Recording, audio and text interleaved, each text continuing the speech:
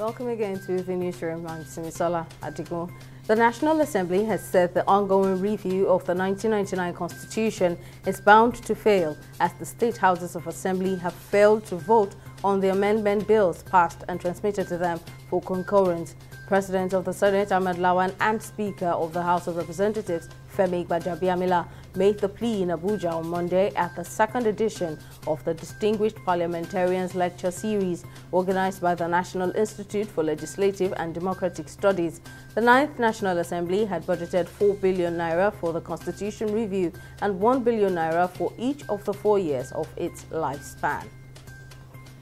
The Economic and Financial Crimes Commission (EFCC) has closed its case in the trial within a trial against Abubakar Peters and his company Nadabo Energy Limited. The defendants are being prosecuted for alleged offences bordering on obtaining money under false pretense, diversion of federal government funds and forgery to the tune of 761 billion naira. Peters and his company were arraigned on a 27-count charge for allegedly using forged documents to obtain money from the federal government as an oil subsidy and after allegedly inflating the quantity of premium motor spirit PMS purportedly imported and supplied by the company.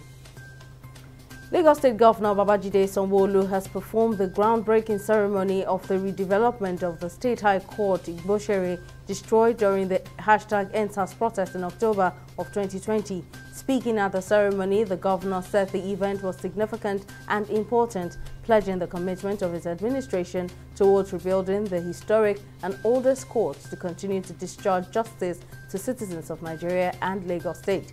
The governor also commended the efforts and initiatives of the Rebuild Lagos Trust Fund, which was established in the aftermath of the October 2020 civil unrest in Lagos.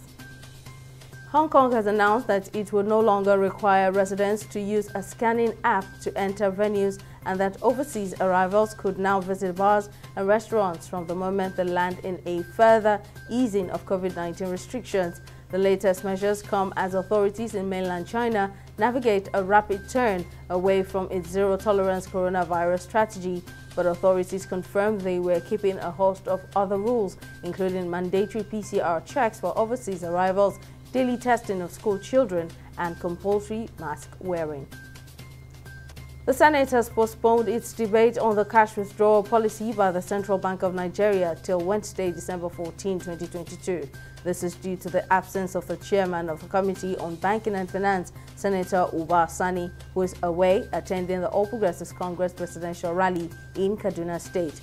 Responding, Senate President Ahmed Lawan appealed to lawmakers to be patient as the findings of the committee will be unveiled within 24 hours.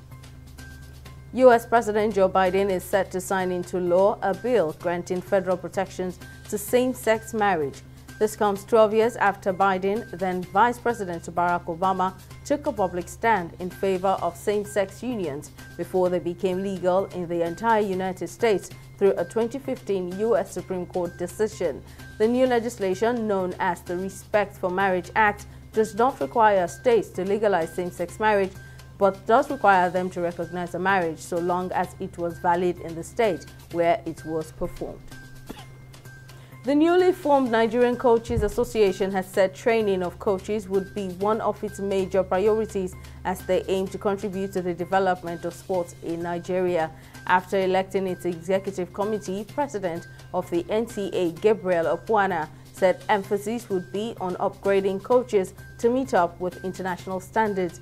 He added that the NCA would work with the Sports Ministry to ensure that all the sporting federations have head coaches in order to easily coordinate coaching and development of programs in Nigeria. That's all on the newsroom at this time. Many thanks for watching.